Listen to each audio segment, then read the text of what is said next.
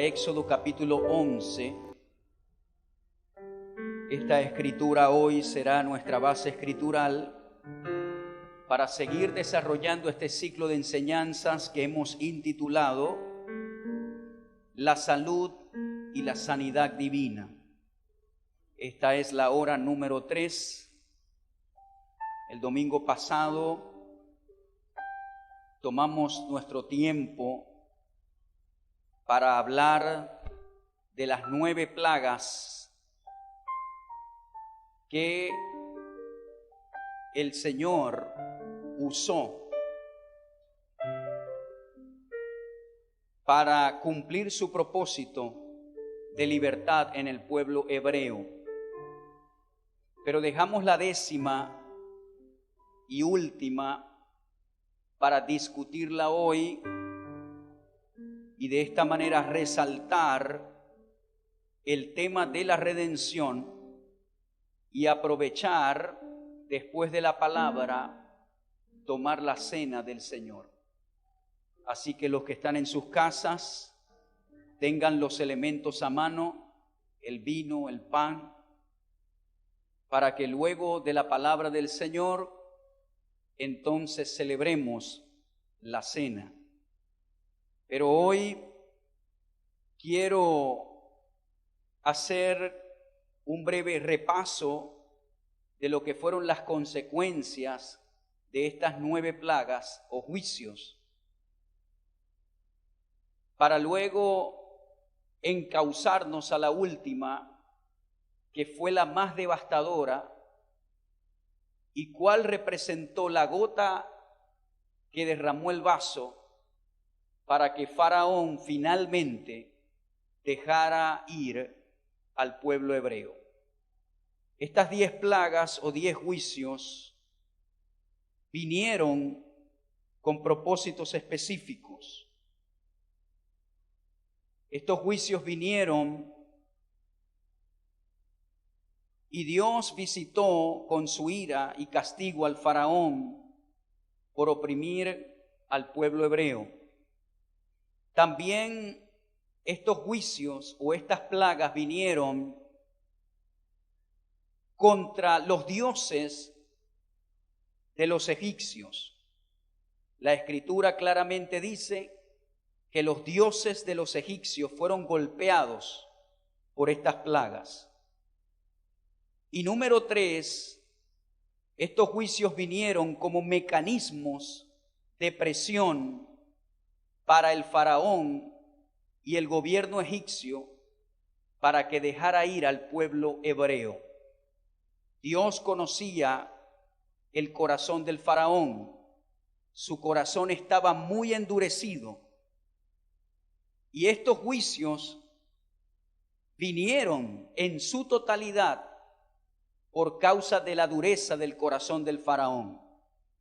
No fue la voluntad de Dios que la nación egipcia fuera devastada al límite y al nivel que lo fue hasta que el pueblo hebreo finalmente pudo salir de Egipto. El Señor, antes de enviar sus juicios a una nación o enviar su juicio a niveles particulares, primeramente el Señor envía su palabra, envía a sus mensajeros, envía su mensaje para que en este caso los gobernantes, las personas que están involucradas, puedan atender a la palabra del Señor a través de sus mensajeros, a través de sus siervos, los profetas, y entonces ellos ablanden su corazón y hagan lo que Jehová está demandando. ¿Por qué el Señor tuvo que enviar un compendio que terminó siendo de 10 plagas? Por causa de la dureza del corazón del Faraón. Si el Faraón en la primera plaga o en el primer juicio hubiese dicho: sí, Moisés, voy a obedecer al Señor y voy a dejar ir al pueblo hebreo, entonces nunca el segundo juicio hubiese venido. Si en el segundo juicio el Faraón hubiese dicho: Moisés, Ya vi la mano del Señor, que es poderosa. Ya Él ha mostrado lo suficiente para que mi corazón se suavice y se ablande. Entonces la tercera plaga no hubiese venido. Pero la dureza del corazón del faraón era tan fuerte que el Señor tuvo que traer las 10 plagas. El número 10 en la Biblia representa plenitud, representa totalidad. Y el corazón del faraón era tan duro, estaba tan duro, que el Señor tuvo que enviar la plenitud del juicio que estaba programado para que el faraón finalmente, por un tiempo determinado, dejara ir al pueblo hebreo. Y digo por un tiempo determinado, porque si usted conoce el relato escritural, Faraón, vamos a decirlo de esta manera, lo piensa 2 veces y dice: épale, dejamos ir al pueblo, tenemos que ir a buscarlo para esclavizarlo nuevamente. Y allí es cuando todo el ejército egipcio, incluyendo al faraón, mueren en el Mar Rojo. Es decir, el faraón dejó ir al pueblo hebreo, pero su dureza era tan fuerte que tuvo que finalmente morir y comprometer a todo su ejército, porque el hombre lo pensó 2 veces y dijo: ¿qué hice? Dejé ir al pueblo hebreo. De esa manera nosotros podemos descifrar la dureza que este gobernante tenía en su corazón, a tal punto que tuvo que perder la vida. El Señor envió a su mensajero, a Moisés, para que él escuchara la palabra, pero no quiso escucharla. El Señor hoy en día sigue enviando a sus mensajeros, a los gobernantes de las naciones, a los que dirigen a las naciones, para que escuchen la palabra de Dios y obedezcan, y entonces no tengan que perecer. Estas 9 plagas, las cuales discutimos el domingo pasado, representaron para el pueblo egipcio devastaciones. Pero quiero brevemente repasar las consecuencias que trajeron estas plagas. La primera fue cuando el agua se convierte en sangre. Al agua convertirse en sangre, entonces los recursos hídricos del Nilo, que era el río principal que alimentaba y sustentaba a la nación egipcia, sufrieron en su totalidad. Los peces que habían murieron todos. Causó una gran hediondez en toda la tierra de Egipto. Usted cuando huele sangre, ¿verdad que la sangre huele muy mal? Y hiede, y no es agradable a nuestro olfato, a nuestra nariz. Ahora imagínese que un río que alimenta principalmente a una nación se convierta en sangre. No solamente el río sufrió, dice la Escritura que los arroyos, los estanques, los depósitos de agua, en los vasos de madera y en los vasos de piedra había sangre. Es decir, los egipcios no tenían agua, se habían quedado sin agua. Y si usted estudia esa primera plaga, ellos tuvieron que cavar pozos alrededor para poder encontrar agua que no venía del río Nilo. La misericordia de Dios mostrada para el pueblo egipcio para no dejar perecer a una nación que estaba sufriendo por causa de sus gobernantes. Imagínese todo esto, todo lo que causó, las consecuencias que trajo. Si usted no tiene agua, se va a morir. Si no tiene agua, no puede cocinar, no se puede bañar. Todo esto causó un gran problema y tocó el confort y también la parte de la salud de los egipcios. La segunda plaga fue la plaga de las ranas. fue una multitud de ranas que vinieron y entraron en las casas, en las habitaciones, se subían en las camas y entraban en las casas de los siervos, del pueblo, de todas las personas. Las ranas estaban en los hornos y en las artesas, en las cocinas. Las ranas se subían sobre las personas, sobre el pueblo, sobre todos los que vivían en Egipto. Y dice que cuando murieron las ranas, las juntaron a todas y apestaba la tierra. Una multitud de ranas. Era algo incómodo. La gente se iba a acostar y se acostaba sobre las ranas. Las ranas se subían en los cuerpos de las personas. Eran unas ranas terribles, molestosas.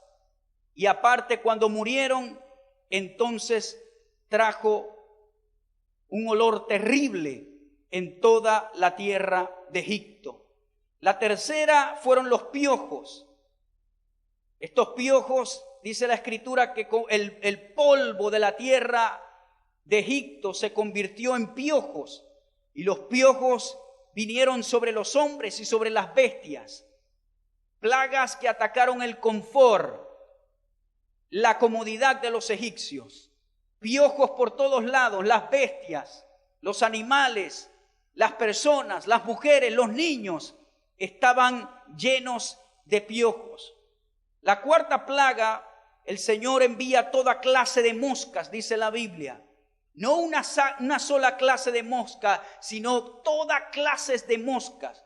La palabra arob del hebreo, que habla de tábanos, que son insectos que pican y sacan sangre. Esa palabra arob también habla de alacranes. Hay comentaristas que dicen que esta plaga fue muy destructiva y lo fue de tal manera que el Señor resaltó y dijo: yo en esta plaga voy a hacer distinción entre el pueblo egipcio y el pueblo hebreo. En los Salmos dice que el Señor envió enjambres de moscas, de toda clase de moscas, toda clase de moscas. Y dice la Escritura que estas moscas eran molestosísimas. La misma Biblia dice que las moscas eran molestosísimas. Cuando usted va a un lugar a comer pescado y hay 3 mosquitas allí en la mesa, ¿verdad que eso le da a usted enojo?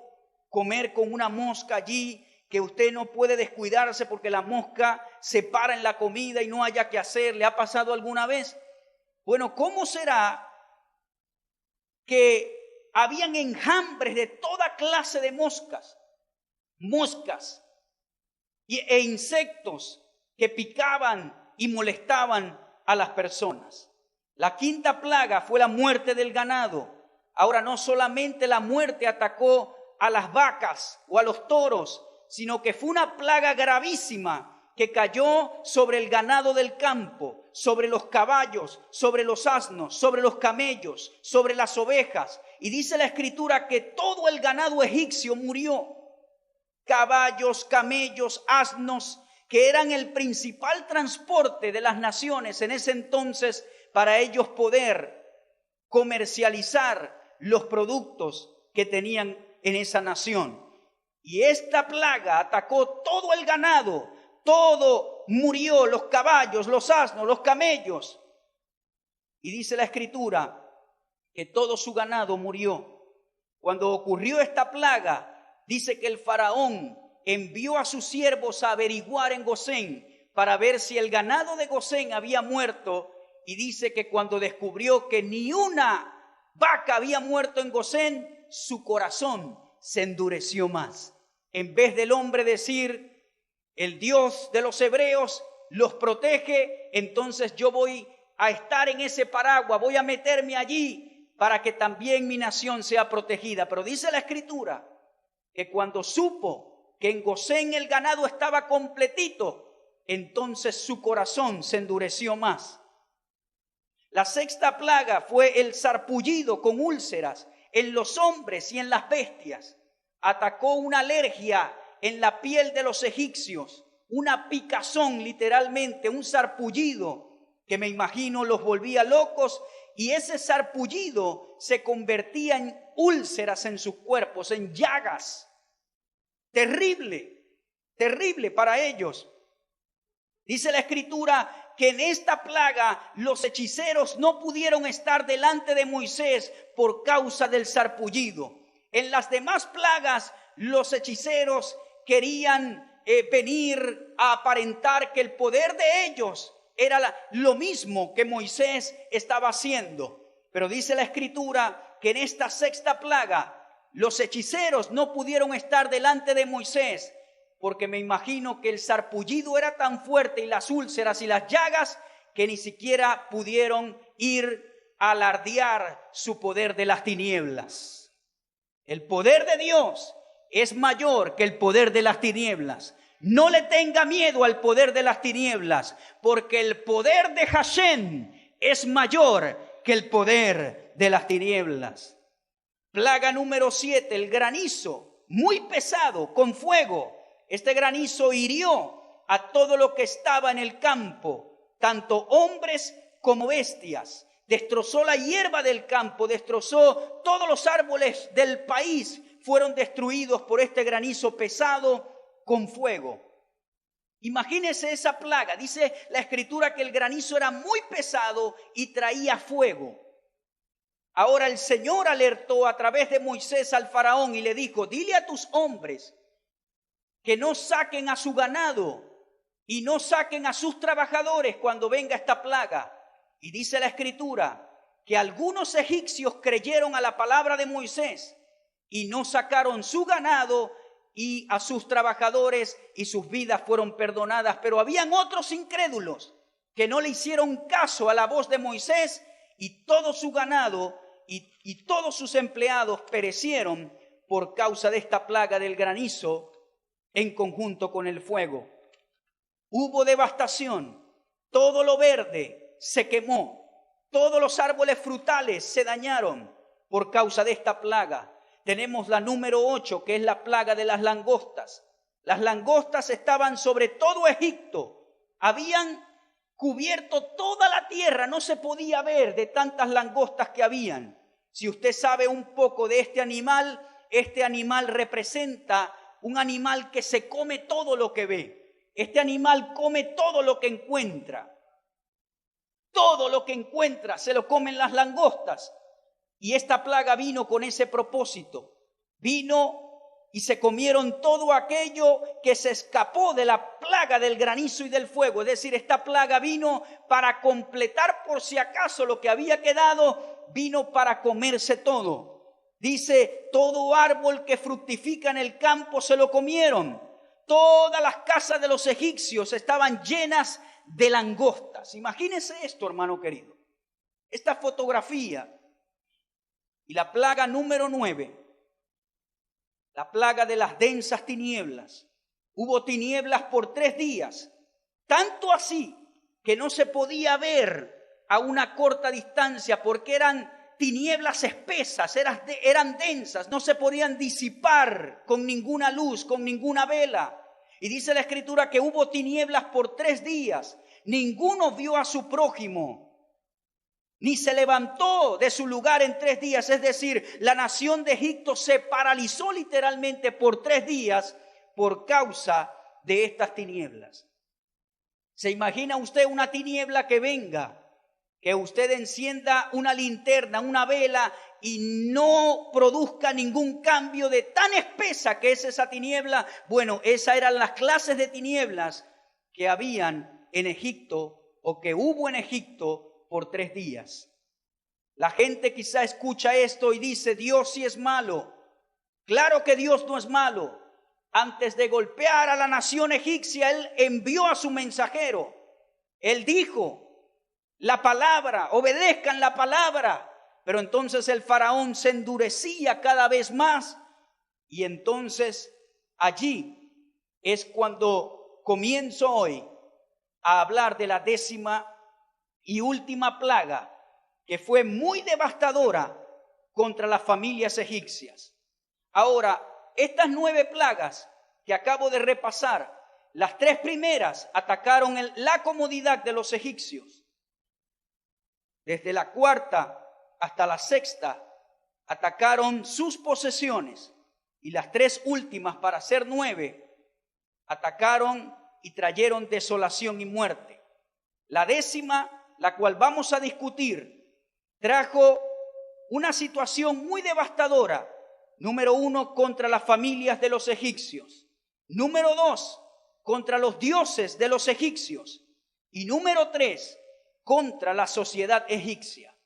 Note que el Señor, a través de estas plagas, le dice al faraón: todos los dioses a los cuales ustedes adoran, yo voy a demostrar que no tienen poder y voy a hastiarlos a ustedes de todos ellos para que comprendan que en la tierra solamente hay un solo Dios.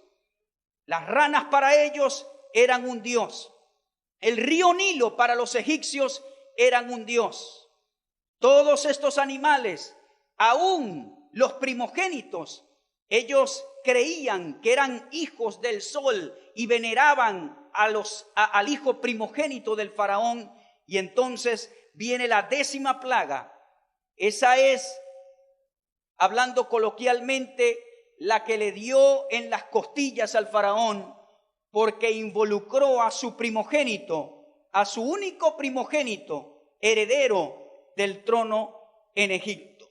Ahora, para nosotros entender la 10ª plaga, quiero leer algunos versículos del capítulo 11 de Éxodo y luego vamos a conceptualizar lo que es la primogenitura para nosotros poder tener una idea por qué le dolió tanto al faraón esta 10ª plaga.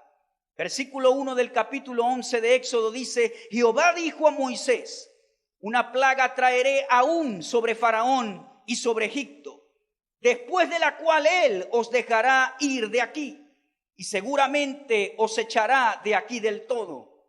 Habla ahora al pueblo y que cada uno pida a su vecino y cada uno a su vecina alhajas de plata y de oro.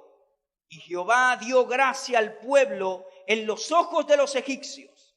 También Moisés era tenido por gran varón en la tierra de Egipto, a los ojos de los siervos de Faraón y a los ojos del pueblo. Qué tremendo lo que dice acá el Señor. A Moisés lo respetaban en Egipto. A Moisés lo consideraban un hombre de Dios en Egipto. Cuando vieron las señales, lo que hablaba, lo que hacía, era un hombre respetado por los egipcios y temido por los egipcios. El Señor concedió favor al pueblo hebreo para que el día que se iban a ir de la esclavitud, entonces ellos pedían a los egipcios plata y oro, y los egipcios estaban tan apurados que los hebreos se fueran por causa de la mortandad, que les daban el oro y les daban la plata a los hebreos para que se fueran. Más tarde descubrimos que parte de ese oro fue usado para la construcción del tabernáculo. Dice la Escritura en el versículo 4, dijo pues Moisés: Jehová ha dicho así: a la medianoche yo saldré por en medio de Egipto, y morirá todo primogénito en tierra de Egipto, desde el primogénito de Faraón que se sienta en su trono, hasta el primogénito de la sierva que está tras el molino, y todo primogénito de las bestias, es decir, los primogénitos de los animales también murieron esa noche. Versículo 6, y habrá gran clamor, gran lloro por toda la tierra de Egipto, cual nunca hubo ni jamás habrá. Pero contra todos los hijos de Israel, desde el hombre hasta la bestia, ni un perro moverá su lengua. Esto es una expresión muy importante. Dice la Escritura, pero contra todos los hijos de Israel, desde el hombre hasta la bestia, ni un perro moverá su lengua. Cuando un perro muere, ¿qué pasa con su lengua? Se le sale, ¿verdad que sí? Es lo más común, se le sale la lengua. Bueno, el Señor está diciendo con esta expresión, ni un perro va a sufrir en la nación de Israel cuando el ángel de la muerte pase. Estamos en el versículo 7. Dice, ni un perro moverá su lengua, para que sepáis que Jehová hace diferencia entre los egipcios y los israelitas. Y descenderán a mí todos estos tus siervos, e inclinados delante de mí dirán, vete, tú y todo el pueblo que está debajo de ti. Y después de esto yo saldré. Y salió muy enojado de la presencia de Faraón. Y Jehová dijo a Moisés, Faraón no os oirá, para que mis maravillas se multipliquen en la tierra de Egipto. Y Moisés y Aarón hicieron todos estos prodigios delante de Faraón, pues Jehová había endurecido el corazón de Faraón y no envió a los hijos de Israel fuera de su país. La semana pasada explicamos lo que significa la expresión y Jehová endureció el corazón del faraón. No indica que el Señor tenía al faraón como un títere para que él su corazón estuviese endurecido y entonces él pudiera destruirlo a él y a la nación egipcia. No. La palabra que se usa en hebreo es o significa fortalecer la voluntad de alguien. Y colocamos un ejemplo muy conocido en la milicia, que cuando un soldado decía, a mí no me gusta la avena, entonces cocinaban una olla de avena para que ese soldado raso aprendiera obediencia y comiera toda comida que le pusieran frente a la mesa. Eso es lo que indica el concepto hebreo. El concepto hebreo indica de que el corazón del faraón estaba endurecido y el Señor dijo, bueno, te voy a cocinar la olla de avena y te vas a comer todos los juicios hasta que dejes ir a mi pueblo. Eso es lo que indica el texto hebreo. Vemos acá que esta plaga iba a ser muy terrible en contra de las familias de los egipcios. Debemos entender el significado de esta plaga para así entonces comprender qué significaban los primogénitos para la nación egipcia. Por ejemplo, lo primero es que Ramsés II, dice la historia que el faraón que vivió en el tiempo de Moisés le llamaban Ramsés II. No sería sucedido por su hijo mayor. Número uno, razón número uno. Para los emperadores, para los reyes en la monarquía y para los faraones en Egipto, la sucesión de su hijo primogénito era un acto muy importante. Si usted estudia sistemáticamente al Imperio Romano, los emperadores, una de las cosas que ellos aseguraban y buscaban ansiosamente era a quién dejarle el trono. ¿Quién los iba a suceder? Y en estas culturas y en estas mentalidades, hablando en la mentalidad egipcia, eso era muy importante y por eso esta plaga representa algo devastador para el faraón, porque entonces él no podía tener a alguien que lo fuese a suceder en el trono. Razón número uno. Número dos, es que el primogénito era considerado un hijo del dios Sol. Es decir, el primogénito era un dios para los egipcios. No importa qué edad tenía, si era el primogénito del faraón, entonces los egipcios lo veían como hijo del sol. El sol para los egipcios era un dios también, y por eso la plaga de las tinieblas golpea directamente al dios que ellos tenían como el sol. Los primogénitos para ellos eran dioses, entonces con esta plaga el Señor estaba golpeando uno de sus dioses. Número 3, en la sociedad egipcia, la herencia del primogénito debía usarse para cuidar a los padres en la vejez y por lo tanto se convertía en el guardián legal de los otros hijos. Teniendo esto en mente, podemos ver el grado de devastación que esta plaga causó en la sociedad egipcia. Los primogénitos eran aquellos que cuidaban de sus padres en la vejez.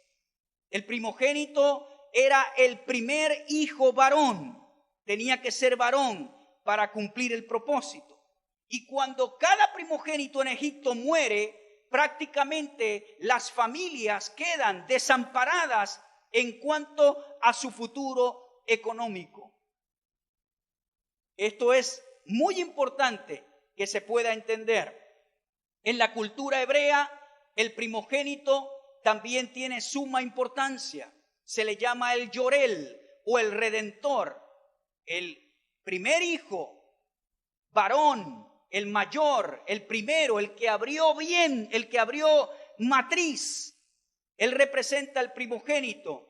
Y entonces, cuando su familia está en problemas, Él es el que va a dar la cara, el Yorel, el Redentor. Por esa causa Jesús es nuestro primogénito. Él es el que dio la cara por nosotros. Fue nuestro Redentor. Acá en la cultura, en la etnia guayú, hay lo que se llama el palabrero, el que va a dar la cara por la familia. Bueno, el Redentor en la cultura hebrea, el Yorel, era el que daba la cara cuando había algún problema, cuando había alguna deuda, cuando uno de sus hermanos se metía en problemas económicos, iba el Yorel, el Redentor, el primogénito, a solucionar el problema.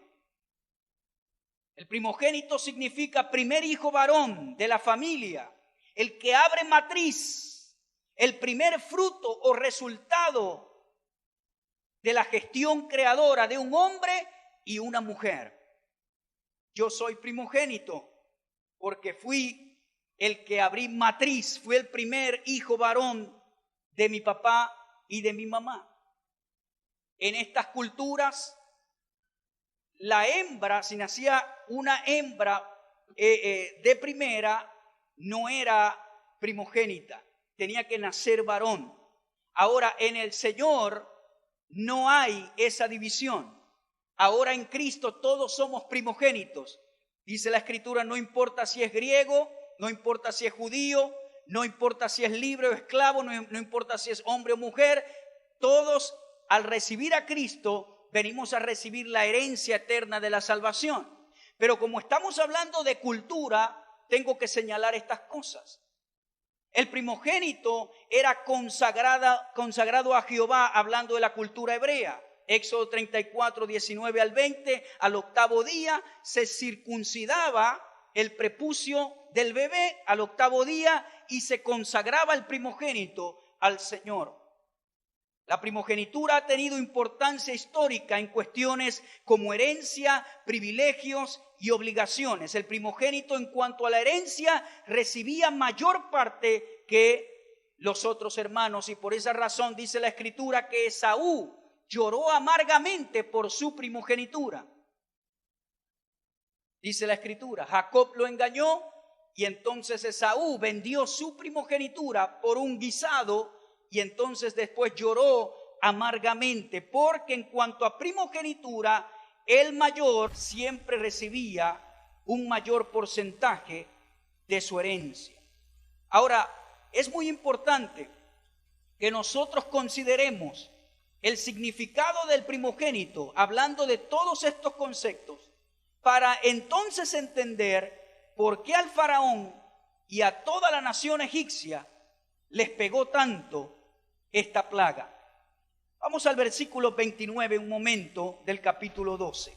Dice, y aconteció que a la medianoche Jehová hirió a todo primogénito en la tierra de Egipto, desde el primogénito de Faraón, que se sentaba sobre su trono, hasta el primogénito del cautivo que estaba en la cárcel, y todo primogénito de los animales.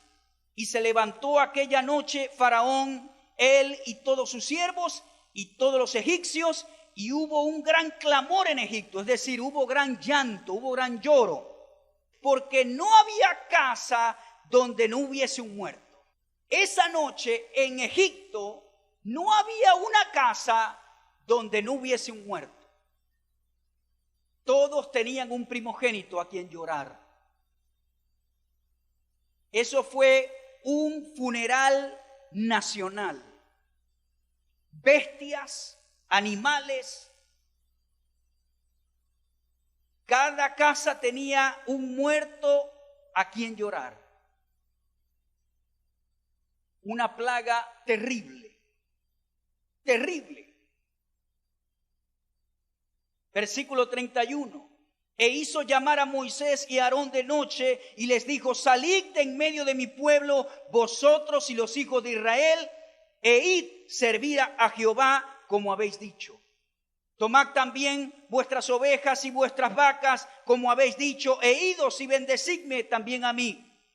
Está hablando el faraón. En su tiempo corto, cuando suavizó su corazón. Versículo 33. Y los egipcios apremiaban al pueblo, dándose prisa a echarlos de la tierra, porque decían: todos somos muertos. Y llevó el pueblo su masa antes que se leudase, sus masas envueltas en sus sábanas sobre sus hombros.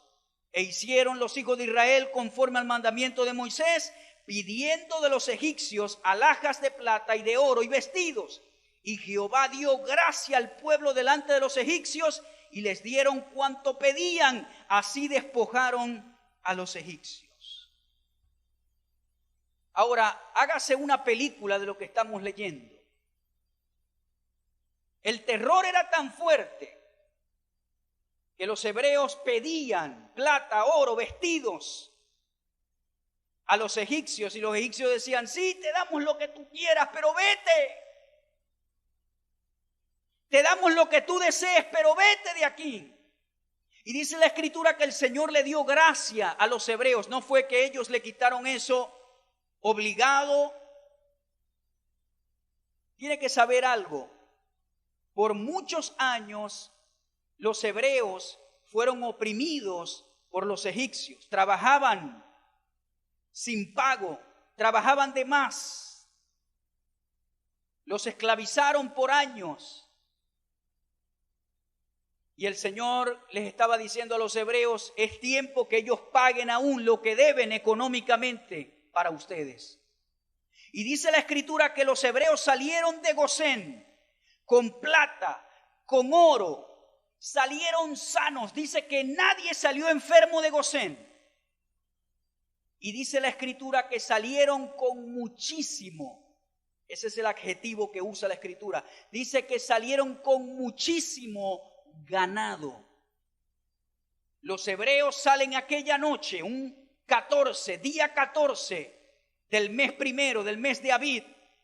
Dice que las huestes de Israel salen de Egipto con plata, con oro, con mucho ganado, con vestidos preciosos. Ellos no salieron pelados de Egipto, no, señor. Salieron con abundancia de Egipto. El Señor hizo maravillas y esa noche salieron apresuradamente. Ahora, vamos a ir desarrollando algo que nos va a llevar a la redención. Tiene que notar algo. En esta plaga, los hebreos son advertidos de cómo pueden resguardarse de sus consecuencias en sus hogares. Es decir, únicamente en esta plaga el Señor le da indicaciones al pueblo hebreo de cómo pueden ser librados de la muerte. Escúcheme bien acá. En las otras plagas ellos fueron exentos y fueron librados sin tener que hacer nada. Pero en esta el Señor les dio directrices específicas que ellos tenían que cumplir a cabalidad para ser librados de la muerte. ¿Por qué? Porque en esta última plaga el Señor prueba la obediencia de los hebreos. Ellos tenían que actuar por fe, creyendo a la palabra del Señor. ¿Ok? Esto es muy importante. En esta plaga ellos tenían que entonces actuar en obediencia. Actuar, hacer todo como se debía de hacer. Ahora, gracias al Señor que los hebreos hicieron lo que Dios había dicho y se salvaron de sufrir las consecuencias. Gracias a Dios no fueron tercos como fueron en el desierto, sino que ellos cumplieron a cabalidad las reglas que el Señor instituyó antes de traer esta plaga. Por ejemplo, ¿cuáles son las reglas que el Señor colocó para los hebreos? Número uno, en el día 10 de este mes, ellos tenían que escoger un cordero. ¿Ok? Vaya escuchando, porque de todo esto sale lo que nosotros vamos a celebrar después de la predicación. Hay creyentes que no saben qué hacen cuando toman la cena del Señor. Ahora, cuando nosotros tomamos la cena del Señor, no estamos celebrando la Pascua hebrea, y ya va a ver por qué. Cuando nosotros como iglesia celebramos la cena del Señor, nosotros estamos celebrando el cumplimiento de la Pascua hebrea en la vida del Señor Jesús. Son dos cosas diferentes. Porque si nosotros tuviésemos que celebrar la Pascua hebrea, no lo pudiésemos hacer hoy, porque no tenemos las demandas de lo que el Señor pide para celebrar una verdadera Pascua hebrea. No trajimos el cordero, no tenemos los elementos necesarios.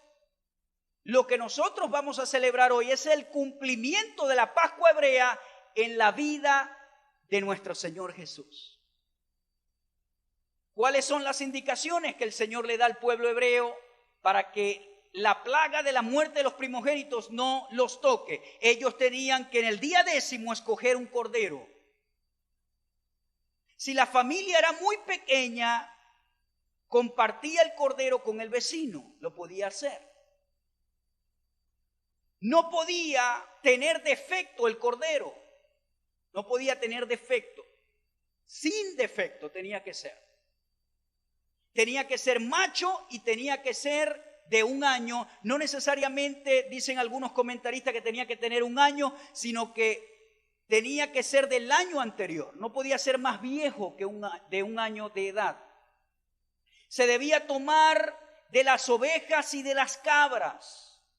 Se debía guardar hasta el día 14, es decir, este cordero que se apartaba en el día 10 tenía que ser bien alimentado y cuidado y supervisado hasta el día 14. No podía dejarse sin supervisión. Ya lo habías escogido, era de 1 año sin defecto, macho de las ovejas o de las cabras.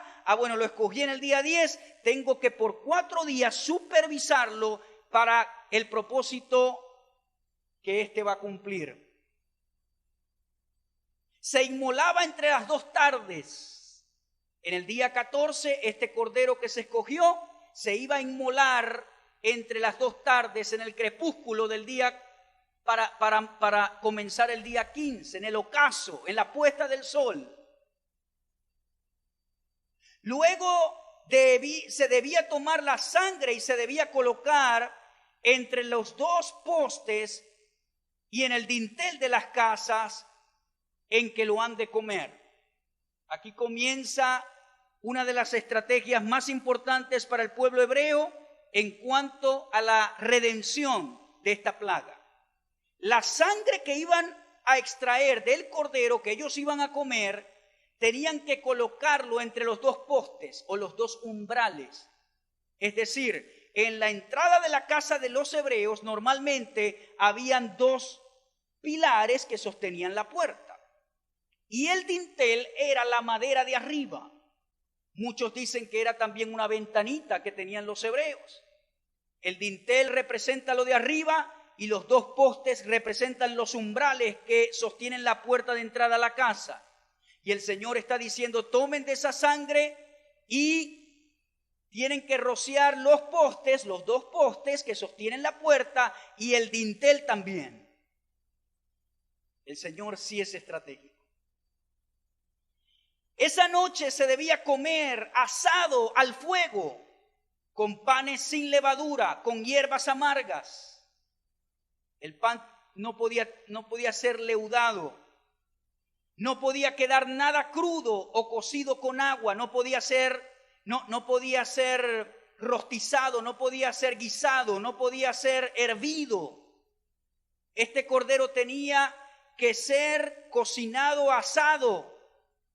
Todo completo, cabeza, patas, todo completo tenía que ser cocinado a fuego. tuvieron que comerlo ceñidos sus lomos con el calzado en sus pies. Normalmente, según la cultura, ellos no usaban las sandalias en la casa y el Señor les dice, tienen que comerlo con su calzado y tienen que estar ceñidos para ese día, tienen que estar vestidos. Porque cuando el faraón diga ya se pueden ir, usted no puede decir, bueno, me tengo que bañar. El Señor sabía que era por corto tiempo lo que el faraón iba a hacer.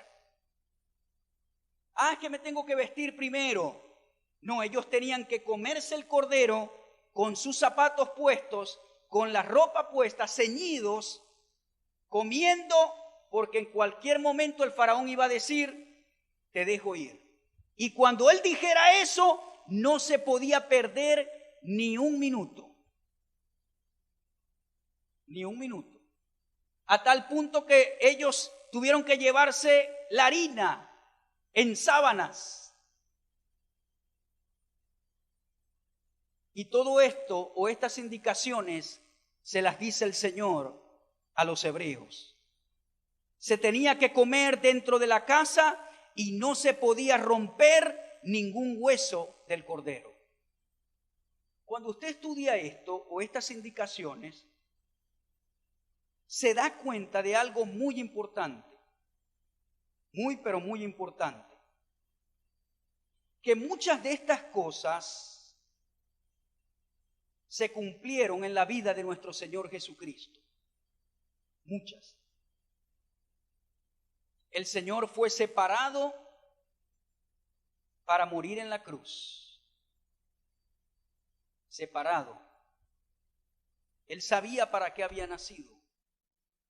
El Señor muere en la cruz entre las 2 tardes del 14 de Abib.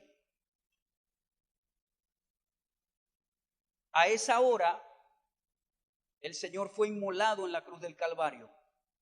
No se le rompió hueso, derramó su sangre por nosotros.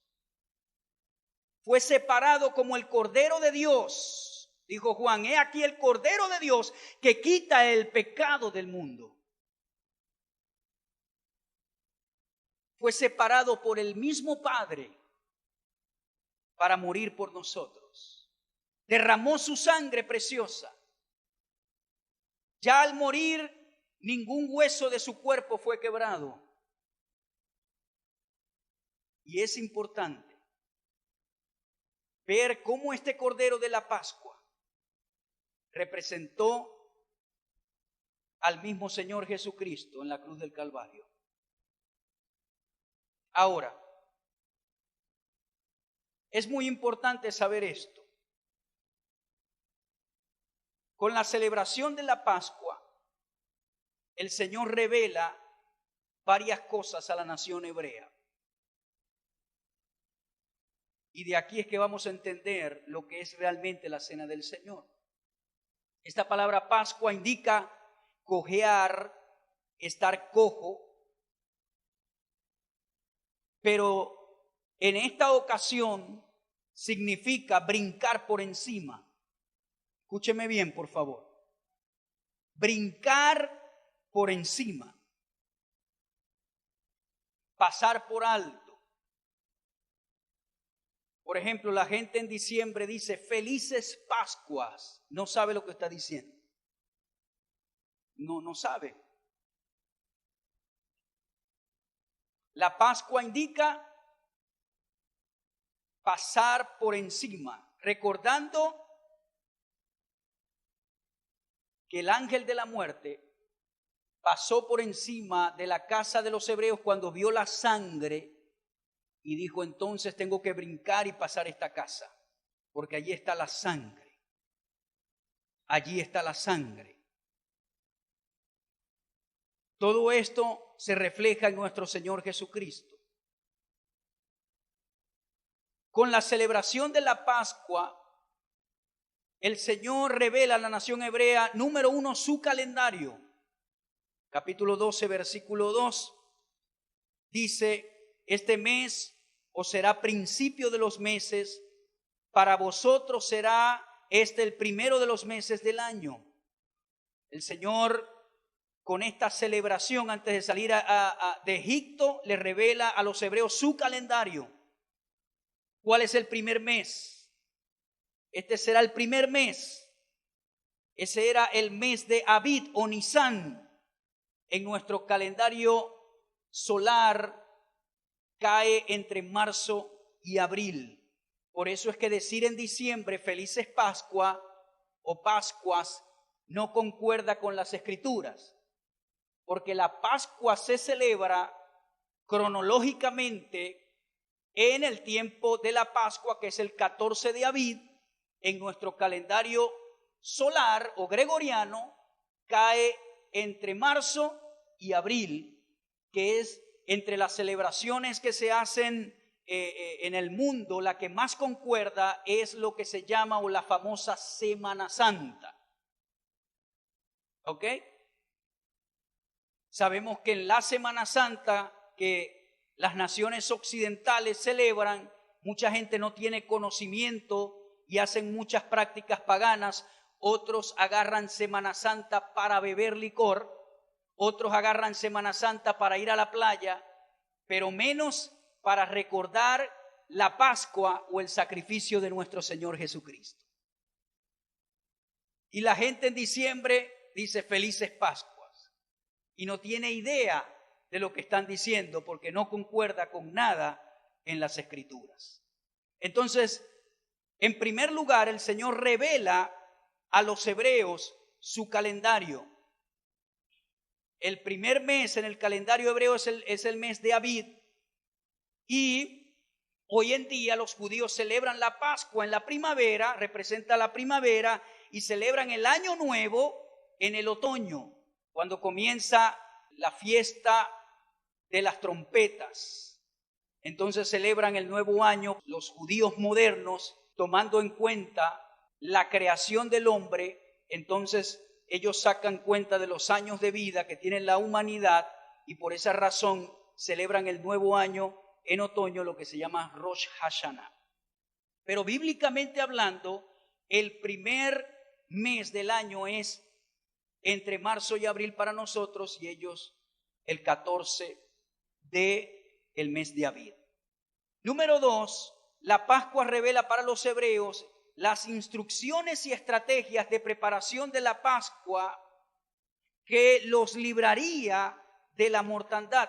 Eso fue lo que les leí ahora, las especificaciones que ellos tenían que hacer para ser librados del ángel de la muerte cuando pasara por sus casas. El Señor con esto les revela a ellos las instrucciones y las estrategias de la preparación. Número 3, revela su día de independencia de la esclavitud egipcia. Ellos tienen un día de independencia y es el día de la Pascua, el 14 de Abib. Ellos recuerdan que salieron de la esclavitud egipcia y entonces esto sería recordado por todas sus generaciones y a sus hijos de que el Señor los libró un 14 de Abib de la mano de los egipcios.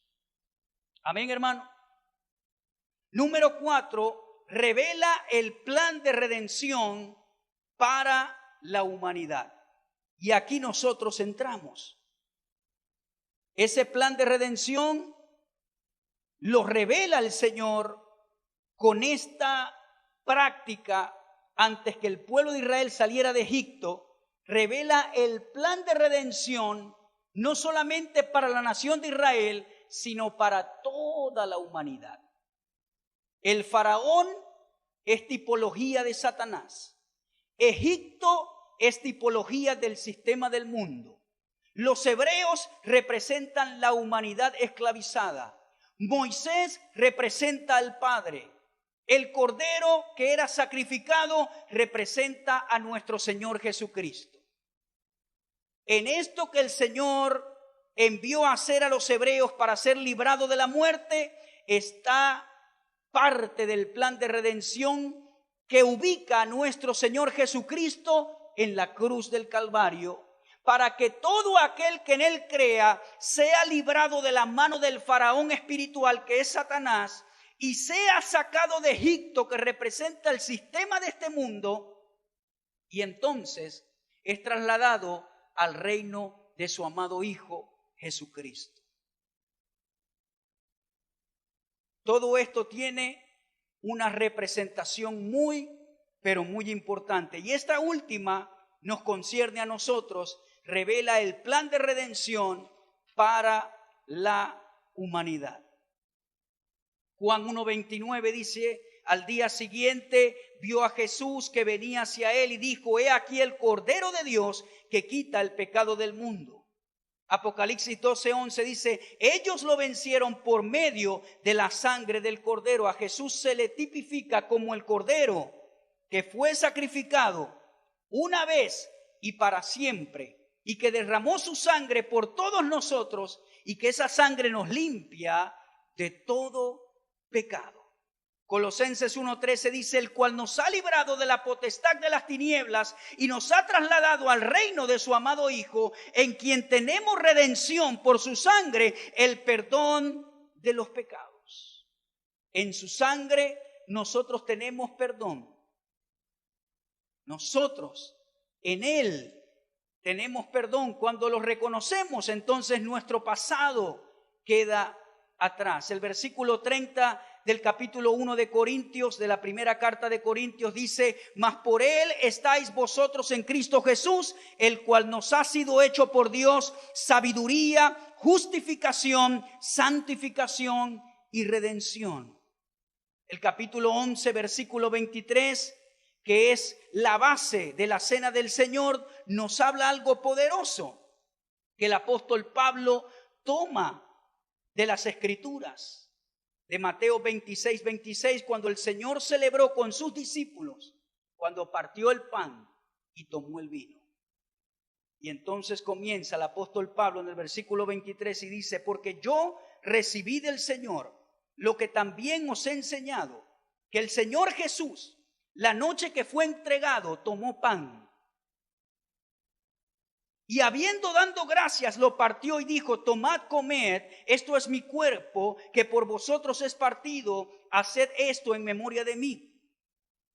Y asimismo también tomó la copa después de haber cenado, diciendo: esta copa es el nuevo pacto de mi sangre, haced esto todas las veces que la bebiereis en memoria de mí.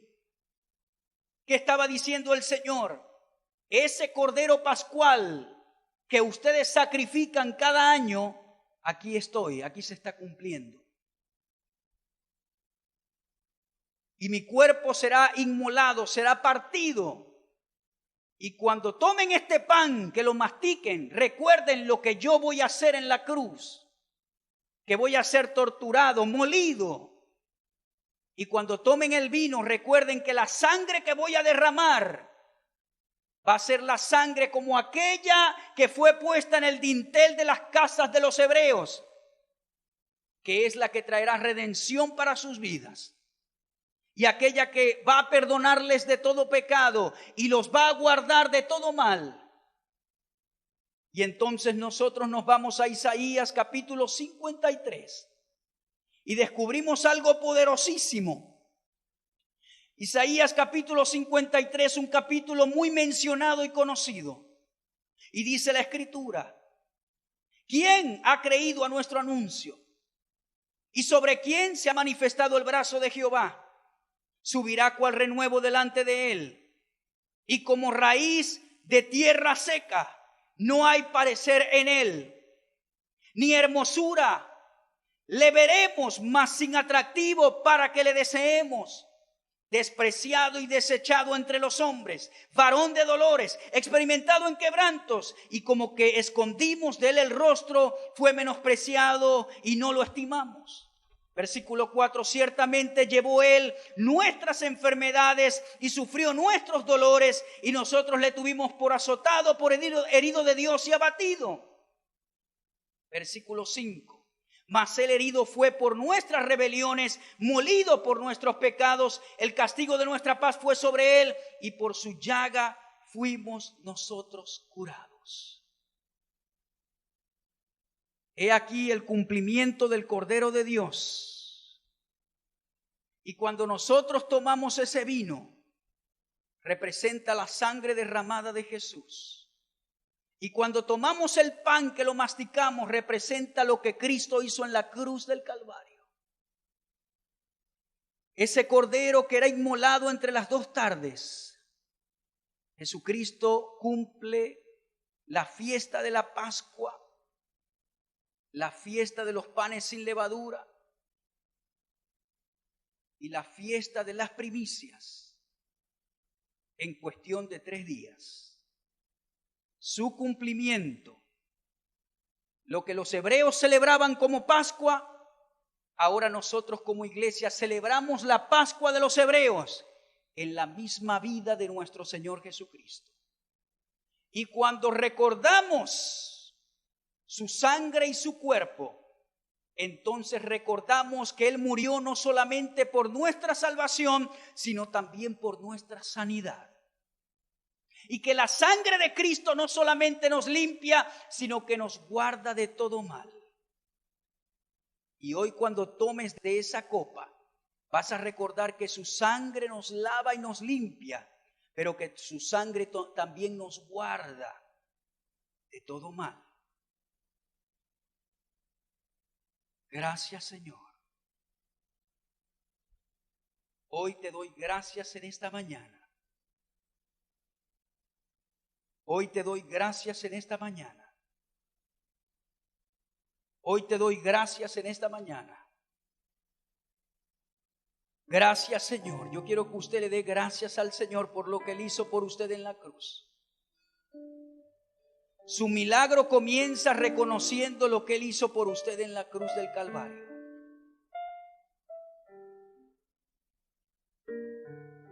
Haced esto todas las veces que queráis en memoria de mí.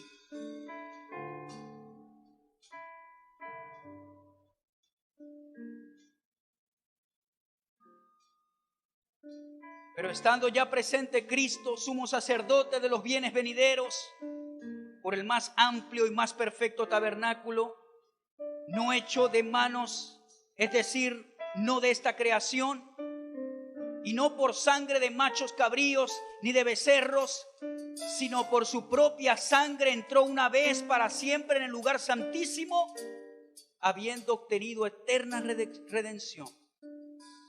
Habiendo obtenido eterna redención. Porque si la sangre de los toros y de los machos cabríos y las cenizas de la becerra rociadas a los inmundos santifican por la purificación de la carne, cuanto más la sangre de Cristo, el cual mediante el Espíritu eterno se ofreció a sí mismo sin mancha a Dios, limpiará vuestras conciencias de obras muertas para que sirváis al Dios vivo. La sangre de Jesús. La sangre de Jesús. Porque no entró Cristo en el santuario hecho de mano, figura del verdadero, sino en el mismo cielo para presentarse ahora por nosotros ante Dios. Y no para ofrecerse muchas veces, como entra el sumo sacerdote en el lugar santísimo cada año con sangre ajena. De otra manera le hubiera sido necesario padecer muchas veces desde el principio del mundo. Pero ahora, en la consumación de los siglos, se presentó una vez para siempre por el sacrificio de sí mismo para quitar de en medio el pecado.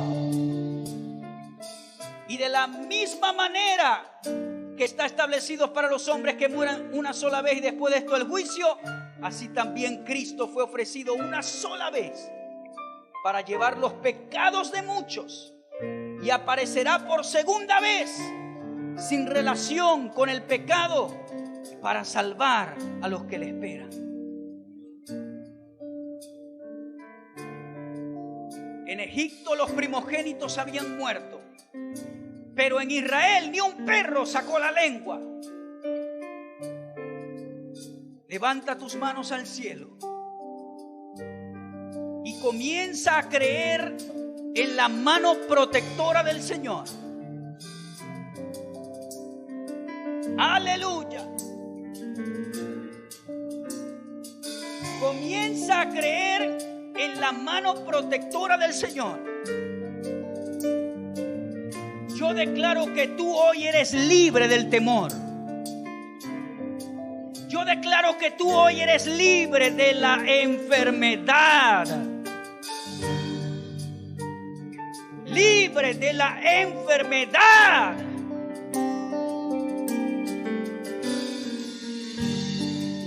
Libre de toda cadena que el diablo ha puesto en tu cuello. ¡Libre!